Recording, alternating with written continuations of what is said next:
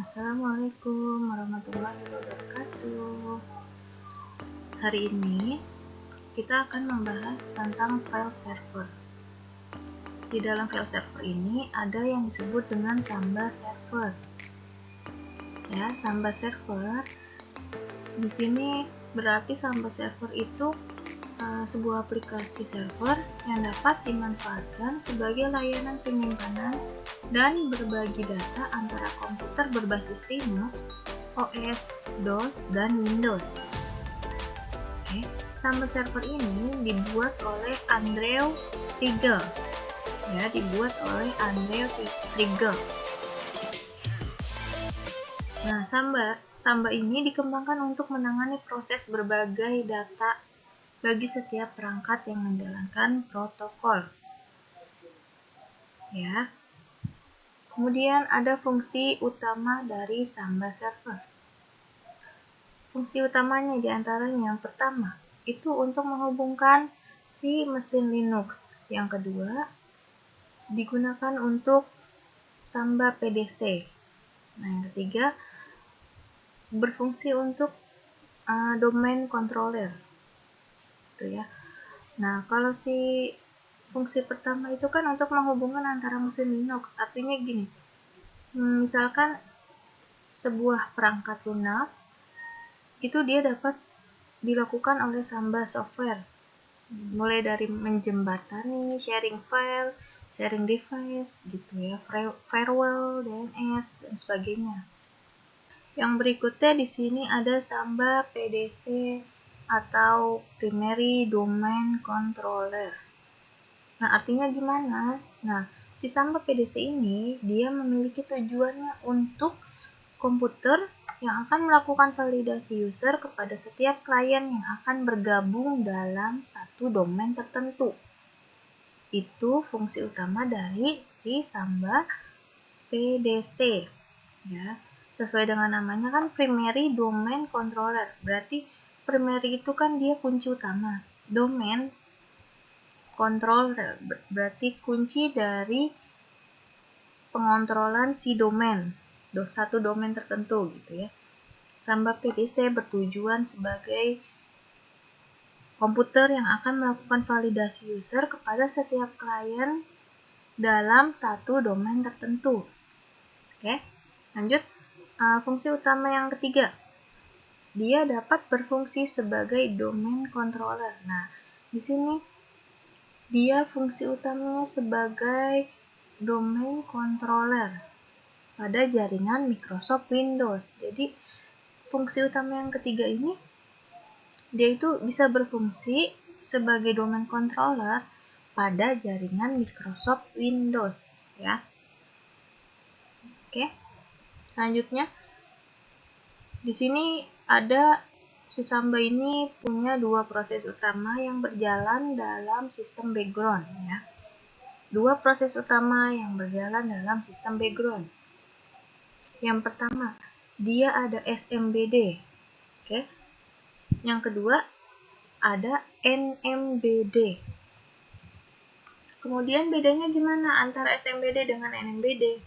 Kalau SMBD, dia itu daemon yang secara nyata menangani service sharing file system dan printer untuk klien. Sedangkan si NMBD merupakan daemon yang bertanggung jawab untuk menangani permintaan server name net BIOS. Jadi NMBD akan mendengarkan port 137, tidak seperti SMBD. NMBD ini tidak membuat contoh dirinya untuk menangani setiap pertanyaan gitu. Jadi kalau SMBD dia itu akan menangani secara nyata untuk si klien. Jadi pada sebuah klien itu dia melakukan autentikasi. Nah, kemudian si SMBD ini akan membuatkan duplikat untuk dirinya. Kemudian bagian asli akan kembali ke port 139 untuk mendengarkan permintaan baru apa nih dari si klien. Dan kemudian lalu kalau setelah ada permintaan baru, bagian duplikat ini akan menangani koneksi terhadap si klien tersebut. Contohnya gini ya. Misalnya, kalau user SMKTI melakukan autentikasi dengan SMBD, duplikat baru akan berjalan dengan permisi SMKTI. bukan root lagi permisinya. Jadi udah SMKTI. Jadi duplikat ini akan berada di memori selama masih terkoneksi dengan si klien gitu. Nah, tapi duplikat ini juga mengubah ID user. Efektifnya itu dari root ke user yang terautentikasi gitu. Jadi dia harus tetap ada autentikasinya. Duplikatnya tuh juga akan mengubah ID usernya. Kan harusnya ID usernya itu root. Dia akan berubah menjadi SMKTI. Jadi kalau misalkan kita ganti usernya itu namanya MTD misalnya. Misalkan namanya MTD, dia akan melakukan autentikasi dengan SMBD. Nah, kemudian duplikat baru ini akan berjalan dengan perintah MTD. Jadi bukan si root lagi, kan harusnya pada umumnya ini seharusnya ID user umumnya itu root, harusnya root ya kan. ID user itu root yang akan ke user, kemudian dari root ini ke user yang terautentikasi. Karena kita mintanya usernya itu namanya MTD, nah dia akan melakukan autentikasi tuh dengan SMBD ini. Nah, SMBD atau kepanjangan dari Server Message Block Daemon gitu. Nah, dia akan bikin duplikat baru, akan berjalan dengan perintah MTD. Jadi dia bukan root lagi perintahnya. Usernya bukan root lagi, tapi MTD itu ya. Oke, kalau si MBD tadi udah dibahas ya. Jadi dia itu cuma untuk menangani permintaan server net BIOS. Nggak akan mendengarkan port 137, tidak akan membuat contoh untuk dirinya sendiri yang dapat menangani setiap pertanyaan. Kalau si SMBD bisa menggunakan user gitu, jadi lebih bebas, lebih nyata menangani service sharing file system ini gitu. Oke, setelah itu kita akan bahas tentang instalasi Samba Server. Yang pertama, kalian siapin dulu OS XP-nya yang nantinya akan menjadi klien dan software si virtual PC ini gitu. Kalau di sini saya pakai OS Debian 6 yang akan menjadi server si Samba-nya. Nah, kemudian setelah itu hidupkan dulu virtual PC-nya. Setelah hidup, atur network adapternya. Caranya, ketik setting, pilih hardware, network adapter, bridgegate, terus oke. Nah, setelah itu, kalau udah disetting, kita masukin nih IP address-nya yang kita akan gunakan untuk di komputer fisiknya. Kalau di sini saya bikin 192.168.5.4. Ini untuk komputer fisik. Kemudian ada lagi kita atur IP-nya untuk si virtual PC. Saya bikinnya 192.168.5.3. Saya hanya bedakan di belakangnya aja. 5.3. Tadi kan 5.4 untuk komputer fisik. 5.3 untuk virtual PC. Nah, kalau udah, kita lakukan uji coba koneksinya dengan cara ketik ping. Ping, masukin IP-nya. Ping 192.168.5.3 gitu. Kemudian di enter. Dan setelah itu kita ping lagi. Ping 192.168.5.4 gitu ya. Kemudian lanjut. Kalau udah terkoneksi dengan baik, kita ping juga nih dari virtual PC ke komputer fisik gitu. Kita harus pastikan dulu kedua PC ini saling terhubung.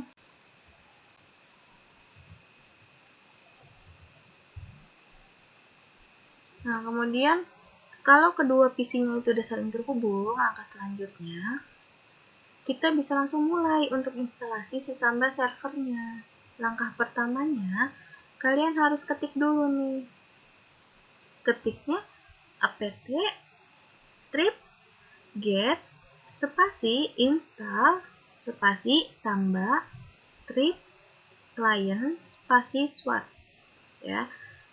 Hati-hati dengan huruf besar dan kecilnya ya, karena itu berpengaruh di Samba server. Lanjut. Kalau nanti kalian ketemu dengan pertanyaan kayak gini, do you want to continue? Y atau N? Kalian bisa ketik Y. Kemudian enter. Setelah di enter, dalam proses instalasi ini akan diminta untuk mengisi work group. Isi aja work group sesuai keadaan yang ada. Tuh. Namanya apa? Terserah, bebas. Sesuaiin aja ya. Disesuaikan aja untuk work groupnya. Nah, tunggu sampai proses instalasinya selesai. Ya.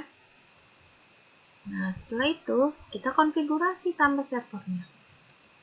Langkah pertama, kalian buat dulu sebuah folder atau directory ya.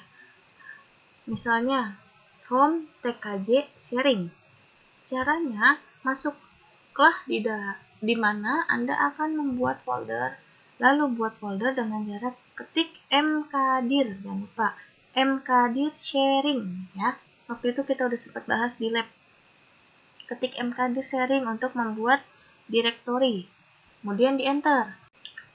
Nah, kemudian setelah kita bikin directory, kita rubah nama direktorinya. Kita rubah menjadi 777 direktorinya. Caranya gimana? Kodenya, perintahnya gimana? Ketikin chmod, chmod spasi min_r spasi 777 sharing gitu. Nah, di sini kan awalnya itu kan kita bikin direktori namanya sharing kan. Kita buat folder itu namanya sharing. Di directory home ada folder namanya sharing. Kita ubah direktori, mode direktorinya jadi 77. Foldernya tetap namanya sharing. Makanya di situ min_r 777 spasi sharing karena foldernya itu namanya sharing. Ya. Nah, setelah itu untuk akses foldernya kita perlu user nih untuk bisa masuk ke foldernya. Caranya kita ketikin perintah user add spasi nama underscore user. Di sini misalnya saya bikin user add itu nama usernya itu siswa. Nama usernya siswa. Kemudian masukin lagi. Setelah itu masukin lagi passwordnya. Caranya gimana? Ketiknya smb passwd spasi min a. Masukin usernya. Tadi kan kita bikin usernya siswa. Berarti smb passwd spasi min a spasi siswa gitu. Kemudian di enter. Setelah enter, berarti kan udah bikin tuh. Udah ketambah kan nama usernya siswa, passwordnya siswa gitu ya. Siapin nih untuk konfigurasi sharingnya. Di directory home tkj sharing. Nah, untuk buka file konfigurasinya, ketik nano spasi garis miring etc garis miring samba garis miring smb titik conf ya.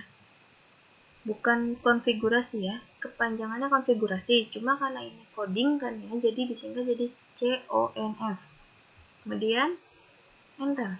Nah, nanti akan terbuka nih. Nah, diizinin untuk dibaca. Akhir file tambahkan sintak berikut. Nih, saya jabarin di sini ya. Tuh, nama alias dari folder yang akan di-share. Letakkan folder yang di-share agar dapat ditemukan di jaringan. User yang boleh mengakses folder tersebut tidak diizinkan untuk dapat ditulis, hanya diizinkan untuk dibaca saja, gitu ya. Tuh keterangannya ada di sebelahnya. Ini ya. Nih. Pet home tkj. Tuh ya. Nah, setelah itu untuk menyimpan file konfigurasi tekan ctrl plus 0. Kemudian tekan ctrl plus X. Ya, setelah selesai dengan file konfigurasi, restarlah Samba dengan perintah etc in.d Samba restart. Gitu ya. Kemudian kalian enter aja tuh. Ya. Di sini udah selesai kan sampai di restart Samba. Nah, lalu kita uji nih Samba servernya. Caranya gimana? Bukalah file manager pada komputer fisik. Di komputer fisik kalian buka, terus kalian ketik slash 2 kali atau garis miring 2 kali, bukan garis miring ya, yang satu lagi slash 192.168.5.3. Itu IP yang komputer fisik, jangan lupa. Nah, setelah itu akan muncul tampilan connect seperti ini. Connect 192.168.5.3. Username-nya siswa, karena kita buatnya tadi namanya siswa. Gitu ya. Oke, lanjut. Kemudian saat konfigurasi ini, dia filenya muncul kayak gini, munculnya perintah tulisannya. Jadi saat kita membuat suatu file atau folder, maka akan muncul pesan peringatan seperti ini, gitu ya. Nah, setelah itu tinggal pengujian Samba servernya, buka komputernya, lanjut ketik IP-nya, terus kemudian akan muncul perintah login sesuai user dan password yang kalian buat tadi, gitu ya. Sampai sini sudah cukup. Kurang lebihnya saya mohon maaf. Wassalamualaikum warahmatullahi wabarakatuh. Jangan lupa dicatat ya.